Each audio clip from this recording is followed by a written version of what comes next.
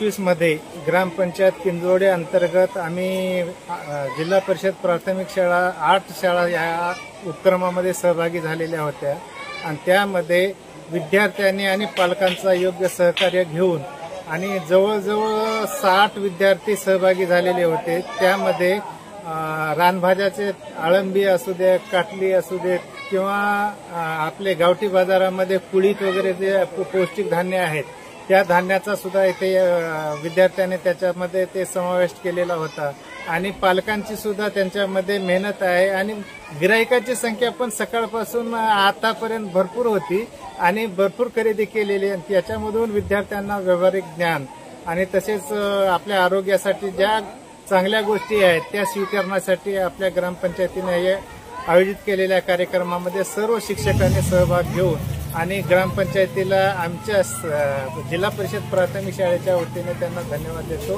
धन्यवाद। ग्रामपंचायत किंजवडे तथा जिल्हा परिषद प्राथमिक शाळा किंजवडे ठाकूरवाडीमधल्या तमाम 8 शाळांनी मिळून एकत्रितरित्या हा संयुक्तरित्या कार्यक्रम राबवलेला आहे। या रानभाज्या महोत्सवामध्ये पालकांनी, विद्यार्थ्यांनी आणि आजूबाजूच्या परिसरात असलेल्या विविध भाषांचं एकत्रित करून या ठिकाणी रानभाज्या महोत्सव आयोजित केला होता। रानभाज्याच या शब्दामध्येच आपल्याला त्याचं महत्त्व कळून येतं की आज नष्ट होत चाललेली नैसर्गिक संपत्ती आणि दुर्मिळ होत चाललेल्या नैसर्गिक साधन संपत्तीचा वापर याचा एकत्रित समन्वय करून आपण या ठिकाणी रानभाजी महोत्सव भरवलेला आहे। तर रानभाज्यांमध्ये कुठल्या भाज्या तर ज्या सहजासहजी मानवास उपयुक्त होणार नाहीत अशा या रानभाज्यांचा या समावेश या महोत्सवामध्ये केला होता।